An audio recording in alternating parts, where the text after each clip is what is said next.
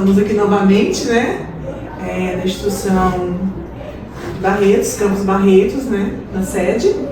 E não esquecendo também da Fazenda, né? Meu nome é Valéria, estou com a Jaque e a Amanda, né?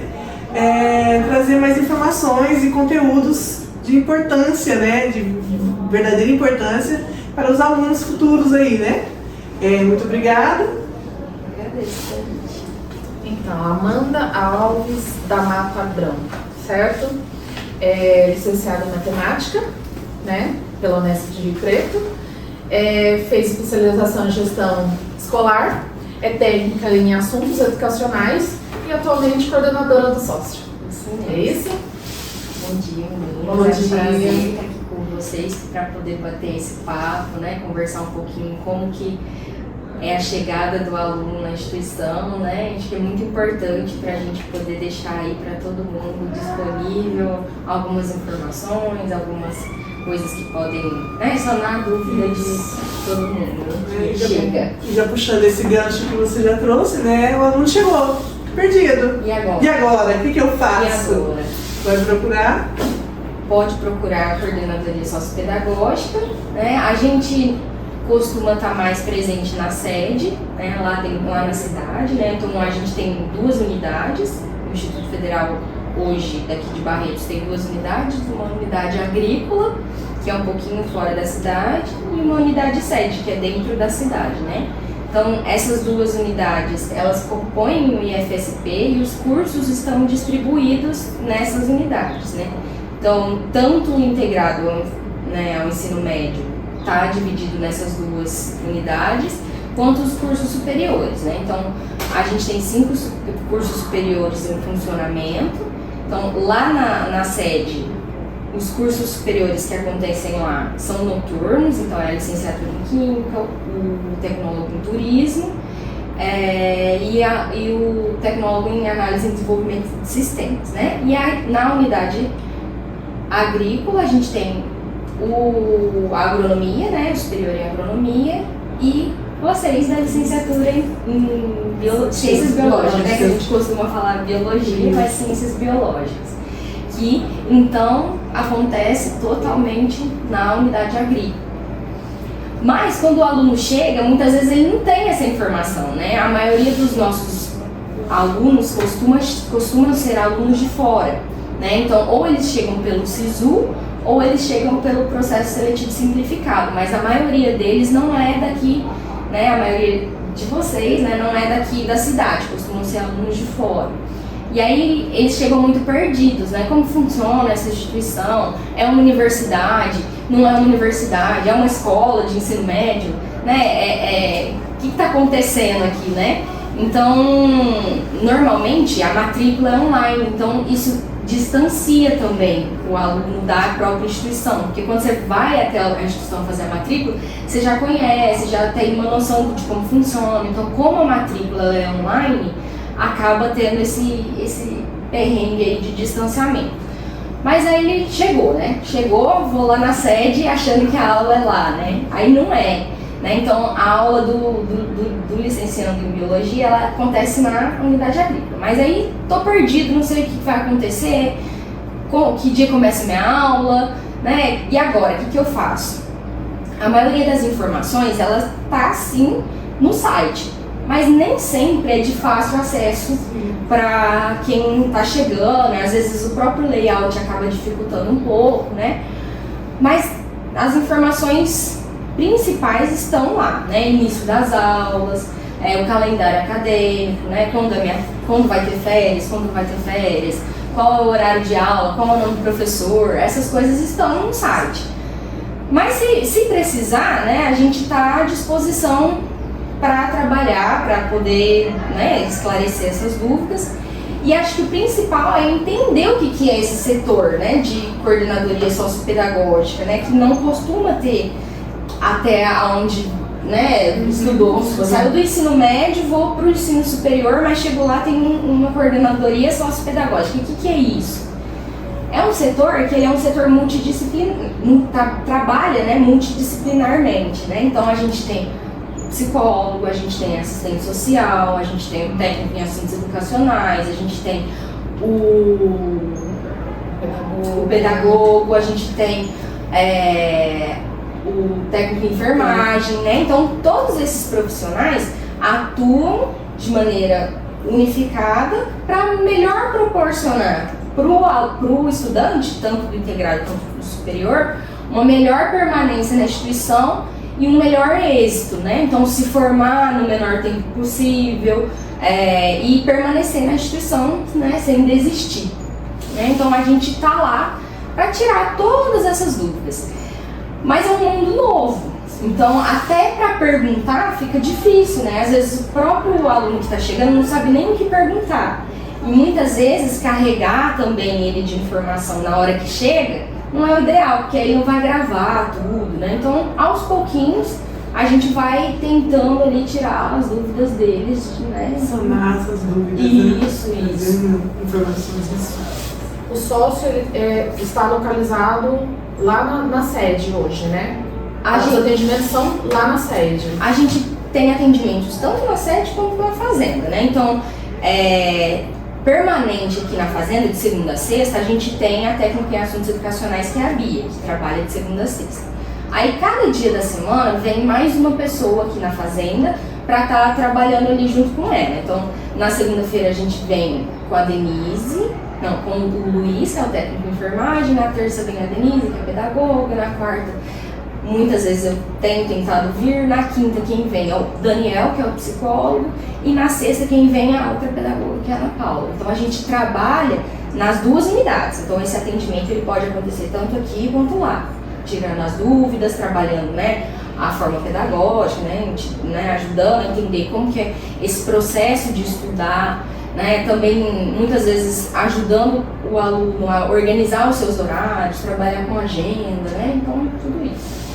Amanda, pensando assim, a gente tá aqui, o pessoal chegando agora, veio de fora, e transporte. Quando a gente fala em transporte, o sócio, ele tem uma informação, assim, um certo conhecimento sobre o transporte entre cidades, até mesmo dentro da cidade, como que faz com esse aluno que está chegando agora, como que ele faz para ele poder estar tendo acesso, visando aqui no nosso curso de licenciatura, que é conduzido aqui na unidade agrícola, que é um pouco mais distante, pessoal que não tem um carro para estar se locomovendo, em questão de transporte, como que funciona?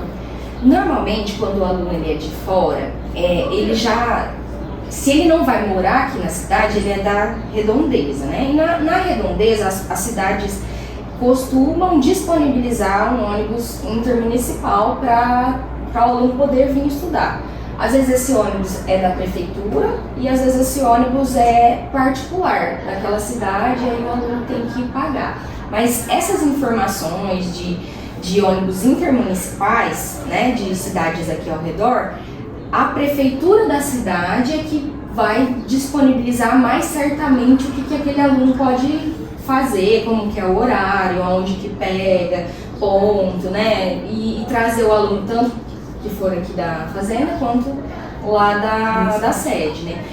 Agora, os ônibus, né, daqui da cidade, o ônibus municipal da cidade, ele vem tanto para a fazenda quanto para a sede, né. Só que aí é importante a gente lembrar também que o aluno tem direito a pagar meia, né, trazer esse passe, né, esse passe de estudante. E para fazer esse passe de estudante, ele precisa do comprovante de escolaridade, né, do comprovante de matrícula, né? E esse comprovante de matrícula, ele tira diretamente no SUAP, que é o nosso sistema é um sistema da própria instituição, né, onde tem seus dados, suas notas, enfim, tudo isso. Se eu tenho dificuldade de acessar esse sistema, primeiro me morde, eu posso estar indo na sede, posso estar retirando esse documento lá para poder estar levando. Aí assim, a gente leva diretamente lá na empresa, a empresa responsável pelo transporte municipal, né? Se não conseguiu acessar o SUAP, não entendeu, pode ir lá na sede, que o pessoal do setor de TI ajuda a fazer esse cadastro inicial, ou até mesmo o pessoal da secretaria, que tem um computador ali na frente, disponibilizado para o aluno poder, né, fazer esses cadastros, e aí tira esse comprovante. Tendo esse comprovante, precisa juntar também o comprovante de endereço e o RG. Então, com essas 3 coisas, o aluno ele vai até o terminal de ônibus circular, levando essas 3 coisas para fazer essa carteirinha de estudante de ônibus, né? A carteirinha de ônibus. Então, tendo essa carteirinha de ônibus, o aluno tem o direito a pagamento. Além disso, essa nova empresa de transporte agora que tem aqui na cidade, ela tem um aplicativo. E esse aplicativo ajuda bastante, porque ele tem a localização do ônibus. Então, você digita qual é a linha que você quer, né? Então, para vir aqui para a fazenda, a linha é o IFSP. Você digita lá, você vê onde que o ônibus está, por onde que ele vai passar, para facilitar, né? Até para ver os horários de ônibus, tudo isso também tem nesse aplicativo. E lá para a sede é o ônibus do bairro, né? Então aí o ônibus do bairro é o bairro do Cristiano de Carvalho. Então ele passa na frente da sede. Então dá para fazer pegar essas informações certinho ali. Com isso o aluno não fica tão perdido assim, né? Quando chega aqui na cidade, né? Isso. E pensando também nesse processo, né? Cheguei e tal. E aí eu não vou estar vindo de outros locais, preferi ficar em Barretos para ficar mais fácil. Esse translado entre, né, sede e agrícola, né? Às vezes porque é muito longe, né? Morava muito longe. Muito longe. E aí o processo moradia? Tem como passar essas informações, como que são as localidades, em que local eles podem estar exercendo, tanto você vai conversar com a família ou com o aluno, né? Para ele conseguir desafiar e ver como fazer esse processo, né, de moradia e permanência aqui, né? A questão da moradia, a gente não é um campus, né, que oferece a moradia, né? Tem algumas universidades que têm a moradia estudantil, a gente não tem essa moradia estudantil, mas a gente orienta como que os alunos podem, né, às vezes achar uma república, né, alguém para dividir. Então, alguns alunos, alguns estudantes que chegam, preferem colocar avisos, assim. Então tem um mural lá na sede e às vezes eles querem colocar, procura alguém para dividir quarto, deixa lá, deixa o telefone. Mas o que acontece? Ali no entorno da sede, que talvez seja o local mais fácil, mais acessível para o aluno estar se mudando, né? Tem muitos prédios. Então muitos condomínios, né? Ali tem no mínimo uns 5 ou 6 condomínios bem no entorno, né? E são condomínios que não são condomínios tão caros, né? E muitos dos alunos costumam dividir, né, o apartamento. Por quê? Porque no entorno da sede, quando foi construído, né, o Instituto já tinha o bairro, né, então é um bairro antigo, então é um bairro antigo que tem muitas casas e as pessoas já moravam lá, então não tem muita república ali. Não é uma área de república, é uma área mais de moradia mesmo, né? Então o que o pessoal faz é acabar pegando mais apartamento do que casa para dividir república. Repúblicas tem bastante no entorno da faculdade da Unifeb, né? Então é mais longe, bem mais longe, em frente ao shopping. E ali sim tem muitas repúblicas, né? E caso o aluno queira, mesmo assim, né, tá procurando uma república mais fácil lá, só que é do outro lado da cidade. Então para vir aqui para fazenda, para unidade agrícola é mais complicado, porque tem que pegar dois ônibus, aí demora. E esse aluno, ele consegue alguma bolsa, auxílio, alguma coisa de processo de moradia?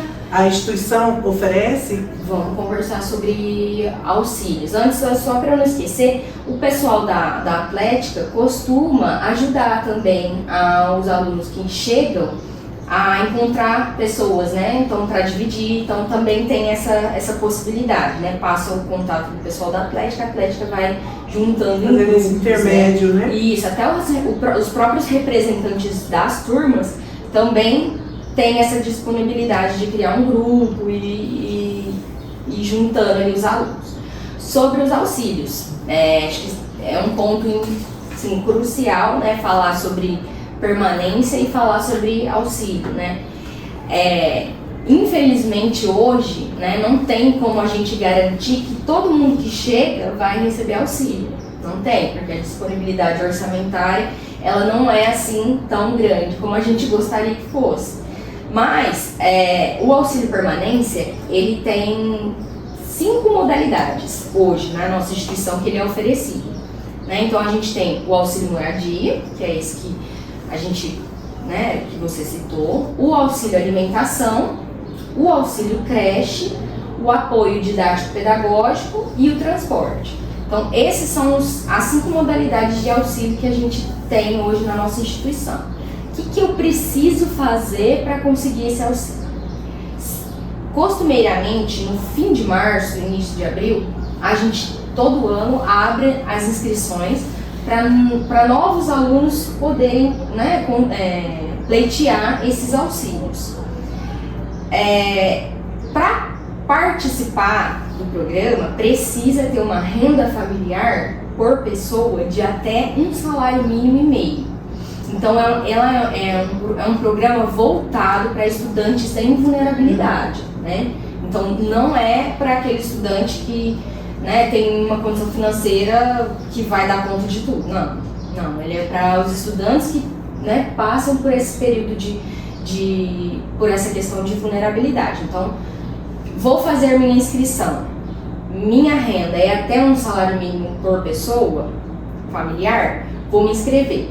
O aluno do superior, ele acaba, né, muitas vezes mudando para cá, né, como a gente falou. E aí, quem que é essa família, né? É a família de origem.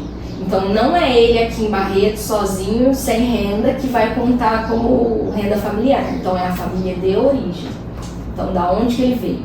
Quem é essa família? Quem mora com ele, né? Então, a renda familiar, a gente fala, é quem mora na casa, né? Então, na minha casa morava até eu mudar, eu, minha mãe, meu pai não, e minha avó. Então, a renda familiar é eu, minha mãe e minha avó. Meu pai paga uma pensão, vou receber pensão até 21 anos, enfim, paga pensão, conta também na renda, né? Então, aí eu vou me inscrever. A inscrição, ela também é pelo SWAP, né, que é o nosso sistema que a gente conversou. Ela é um pouco detalhista, trabalhosa, então a gente sempre orienta a fazer a inscrição no início do período. É um período, às vezes, de 2, 3 semanas, mas a gente orienta a fazer logo no início, porque muitas vezes vão gerar dúvidas de documento, dúvida no próprio efetuar ali do sistema. Então a gente faz logo para a gente conseguir orientar vocês, porque é a instituição inteira que vai fazer a inscrição. Então é os alunos do superior e integrado. Então, comecei, não entendi, vou procurar o sócio. Vou até lá presencialmente, o que eu tenho que fazer? Parei nessa parte, não sei onde clica, vamos lá. A gente orienta onde que vai clicando, o que vai respondendo, porque primeiro tem que responder o questionário socioeconômico, depois com os dados da família, e aí vai pedir toda uma documentação também para anexar. Fiz a minha inscrição, não estou devendo nada, o sócio me respondeu que tá ok, é só esperar. E aí os alunos vão ser classificados, todo mundo que se inscreveu, da menor renda para a maior renda. Aí, de acordo com a disponibilidade orçamentária, a gente contempla uma quantidade de alunos e a outra quantidade fica, né, o que não atender fica em lista de espera. Uma observação muito importante: todo mundo que pleitear o auxílio alimentação e que tiver renda até um salário mínimo e meio consegue. E o que é esse auxílio alimentação que é para todos? É a gratuidade no almoço. Então a instituição, ela tem um restaurante estudantil e esse restaurante, ele tem um valor para ser pago, né? Então hoje o valor do almoço ele é R$12. O aluno do superior, ele vai pagar 6. Mas se eu tiver me inscrito, eu não vou pagar nada. Então eu posso almoçar todos os dias sem pagar nada. E aí esse auxílio alimentação, ele é para todo mundo que se enquadrar na renda, só precisa se inscrever. Então todo mundo que se inscreveu, se enquadrou na renda, já tem direito ao auxílio de Já alimentação. tem o direito a almoçar. E no momento da inscrição, eu preciso indicar que eu preciso dos 5 auxílios ou eu posso escolher somente aqueles que eu necessito? Você pode escolher só o que você necessita, você não precisa indicar todos. Por exemplo, o auxílio creche, ele é pago para mãe ou pai que tenha filhos até 11 anos, 12 meses, né? E 11 meses. Então, às vezes não vai ter filho, então não precisa colocar. O auxílio moradia, né? Voltando lá atrás. O auxílio moradia, ele é para o aluno que mudou de cidade, mas que aquela cidade tenha uma distância maior do que 50 quilômetros. Então, se for menos de 50 quilômetros, o aluno não tem o direito a pleitear esse auxílio moradia. Porque a legislação entende que ele está muito próximo, que ele não precisaria se mudar para estudar, né? Então, também tem esse detalhe. Então, se eu sou de uma cidade menos de 50 quilômetros, eu não preciso solicitar uma moradia porque eu não vou conseguir. Na dúvida, seleciona tudo. Se teve dúvida, faz xizinho em tudo, pede tudo, não tem problema. Isso não vai atrapalhar o fluxo, né, da questão. E aí a gente tem também o transporte, né, que ele é um valor fixo, e o apoio material didático pedagógico, que também é um valor voltado para a compra de material, né, às vezes precisa de alguma coisa para usar no laboratório, enfim, aí ele já é mais abrangente. O que precisa ficar claro é que nenhum dos auxílios vai suprir o valor que é gasto, né, com moradia, com transporte, não vai, às vezes, né, o que é gasto passa do que é oferecido. Mas ajuda. Mas ajuda. Hoje, o auxílio transporte está no valor de R$ 115 por mês, o apoio didático R$ 170. O auxílio alimentação é a gratuidade do almoço, né? Então não recebe em dinheiro, mas recebe na refeição. O auxílio creche, ele teve um aumento, ele era 240, teve um aumento, se eu não tenho nada, 320 agora. Acho que é 320. Acho que é 320. E o moradia também teve um aumento, ele era 270, acho que ele foi para 350. Então, esses são os valores, né? Claro que a gente está falando aqui de uma coisa atual, né? Às vezes o aluno vai ver lá na frente, às vezes o valor aumentou, enfim, é isso. Mas é um programa que é importante, porque para aquele aluno vulnerável, muitas vezes está numa cidade nova, está começando uma carreira nova na vida, então é uma fase difícil às vezes, né? Então, e querendo ou não, acaba que, mesmo que não é um valor que vai suprir o que esse aluno imagina, mas ajuda, né? Porque você chega e fala, e aí? Porque fica só para a família tentar organizar isso, porque a gente vê que esses alunos têm, né, uma classe, né, inferior um pouco, né, da aceitação de estudo, mas ele quer estudar, né? Ele precisa estudar. E aí a família vai conseguir suprir tudo isso, né? Porque também tem os outros encargos da família. Então é um ponto, assim, até eu falo que é um ponto até crucial para que esse aluno continue. Né? O ideal era que a gente conseguisse pagar suprir, para né? todos, e suprir para todos, né? Mas infelizmente não é algo que a gente consegue. Uma coisa importante que eu acho legal falar também é o auxílio das licenciaturas, né? Então, quem veio pelo SISU, né, como se inscreveu em uma licenciatura, consegue receber o pé de meia do superior, pé de meia das licenciaturas, né? Então, se você veio pelo SISU, teve uma nota, né, tem a nota certa lá acima de tantos pontos do Enem, e tá ingressando em algum curso de licenciatura, no nosso caso, né, ou a biologia ou a química, né, também tem essa possibilidade de receber o pé de meia do superior das licenciaturas. Então é importante também lembrar disso, né? Que aí sim é um valor um pouco maior, aí ajuda também. E recebendo um não impede de receber o outro, né? Então o auxílio não tem essa exclusão. Posso receber Bolsa Família, posso receber pé de meia, posso receber auxílio da escola, da instituição, não tem problema, não exclui o outro. Né? E para quem está trabalhando, quem registrado, CLT, ele consegue também pegar esse auxílio permanência? Pode se inscrever, independente de estar trabalhando ou desempregado, ele pode se inscrever sim, desde que a renda familiar não ultrapasse esse valor, aquele valor, né? Mas é o que a gente fala, né?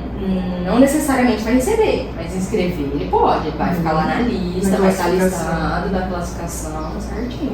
E querendo ou não também, né, poderia explicar um pouquinho as bolsas de iniciação, né? Que também não só tem essa parte, mas também tem as bolsas de iniciação científica. Isso, né? Tem tanto bolsa de pesquisa, né, que é a de iniciação científica, quanto bolsa de extensão, que vai trabalhar ali algum projeto em prol da comunidade, né?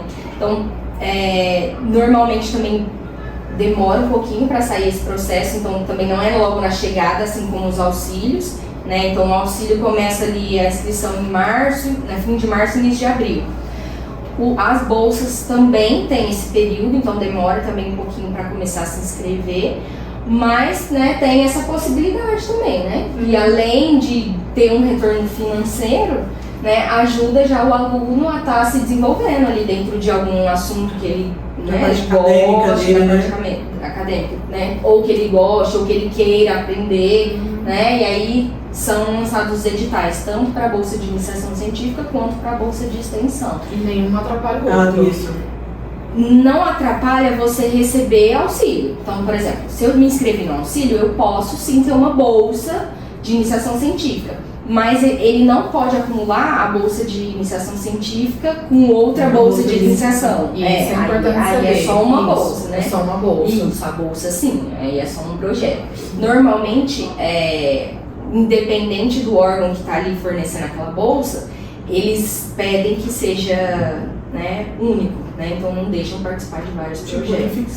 Essas bolsas também, no caso do pessoal que é CLT, já não consegue também pegar essa bolsa de iniciação ou de projetos? Depende do edital, depende do edital, né? A gente fala que às vezes o aluno que chega na instituição no ensino superior, ele ainda não entende o que é um edital. Então um edital é um documento que tem as regras daquele assunto, né? Então tem o edital da bolsa de iniciação científica, tem o edital da bolsa de extensão, tem o edital do auxílio, né? E aí, dependendo do órgão que vai fornecer a bolsa de iniciação científica, tem 1, 2, 3 editais, né? Então é importante ler esse edital sempre, né? Ver quais são os requisitos que eles estão pedindo, se eu faço parte daquele requisito, porque, por exemplo, a própria bolsa de iniciação, muitas vezes é uma bolsa voltada para biologia, aí a outra é voltada para agronomia.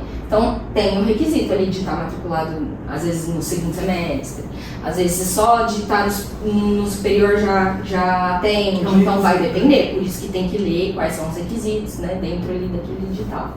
Legal. E uma coisa que os estudantes às vezes perguntam muito: tem dia fixo para pagamento das bolsas? Não tem, é difícil. Que a gente costuma dizer é assim, normalmente a bolsa é paga entre o dia 5 e o dia 15. Se tudo tiver em condições normais, perto do dia 5 tá ok. Mas muitas vezes costuma atrasar. Então depende do repasse financeiro do Ministério da Educação. Então a gente faz os pedidos todo mês, né? Faz as listas, sinaliza que vai precisar de tantos reais. Aí tem que ficar aguardando o Ministério da Educação mandar o recurso. E às vezes esse processo ele pode ser rápido ou demorado. Ou pode ser demorado. Então a gente fala cuidado ao fazer compromisso com o dinheiro do auxílio, com o dinheiro da bolsa. Mas tem hora que não tem jeito, né? Se você já sabe que você vai receber aquele dinheiro, você tem um compromisso, né? Mas pode atrasar. Hoje, por exemplo, já caiu do mês, né? Hoje é dia 2. Mas o mês passado chegou perto do dia 20. Então, né, tem esse ponto a considerar. E voltando um pouquinho lá no auxílio alimentação, eu não me inscrevi, por exemplo, em nenhum programa de auxílio, permanência, nem nada. Então eu não peguei o direito à alimentação. Para eu poder utilizar o refeitório, tá fazendo a minha alimentação aqui dentro da instituição, como que eu faço? Para comprar, vamos dizer assim, né, comprar o crédito do almoço, precisa estar fazendo o pagamento antecipado. Então, até o dia 20 do mês você consegue comprar a quantidade de almoço que você quer comprar para o mês, para vários meses, enfim, aí você vai escolher quantos almoços você quer já efetuar de pagamento. Esse pagamento ele é feito via GRU, que é a Guia de Recolhimento da União, e esse dinheiro ele vai direto lá para o governo federal, né? Então não tem repasse de PIX para a pessoa que está ali, não tem. Então você vai pagar, aí você vai escolher ou pagar no cartão de crédito ou pagar no PIX, mas direto no sistema do governo. Então tem uma orientaçãozinha, um documento que explica como faz esse procedimento, você entra lá no site, indica a instituição, né, o nosso campus, põe o código lá certinho, ele vai gerar ou um boleto para você pagar, ou um PIX para você, um código de PIX para você fazer, ou o local para preencher os dados do cartão de crédito. Aí o cartão de crédito só tem a questão que eles cobram uma taxa, às vezes de R$2, R$3 para a empresa do cartão de crédito. Da maquininha. Da maquininha. Mas é tudo via site do governo federal, nada de pessoa para pessoa. Então aí você fez o pagamento, pega aquele comprovante, vai enviar para o financeiro aqui do campus e eles vão colocar no seu prontuário a quantidade de almoço que você comprou.